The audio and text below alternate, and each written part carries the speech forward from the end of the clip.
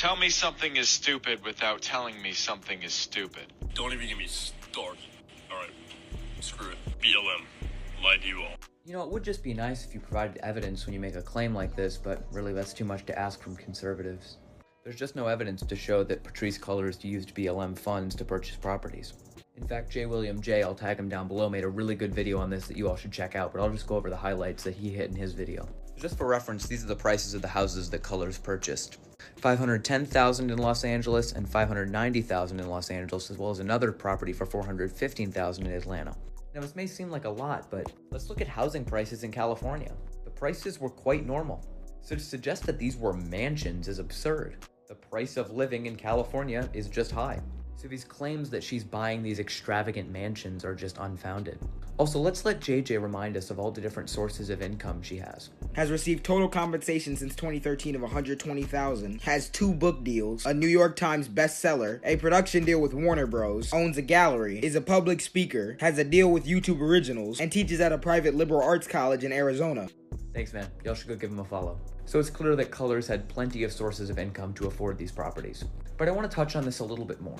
And is the fact that you are so willing and quick to believe that a person of color is misusing organizational funds. But when Donald Trump was ordered by a judge to pay $2 million for illegally using his foundational funds, you were silent. How about when Eric Trump stole from his own charity for childhood cancer to enrich himself? How about when Donald Trump deceived his own supporters into donating more than they expected to his campaign?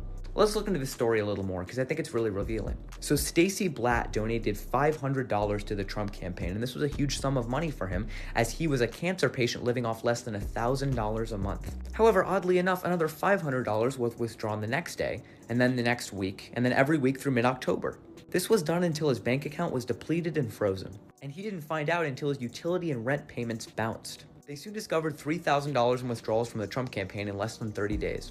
Basically what happened was there was a small box in which you had to opt out of having your donation be reoccurring weekly. So Donald Trump and the Trump campaign scammed a cancer patient out of his last life savings. So you never cared about people misusing organizational funds. You just wanted to smear black people. So cut the self-righteous BS and shut up. Joe Biden. Lied to you all. Kamala Harris. Lied to you all. Dr. Fauci. Lied to you all. Rapid fire, these critiques might hold merit if they weren't coming from a Trump supporter, because you're just as inconsistent as the liberals you criticize, because Trump didn't follow through on a lot of promises either. Also, you might want to work on your reading. Who the email is from is who sent the email, and usually you don't address yourself in an email. So Dr. Fauci didn't write this email. Although you did get one thing right in your video.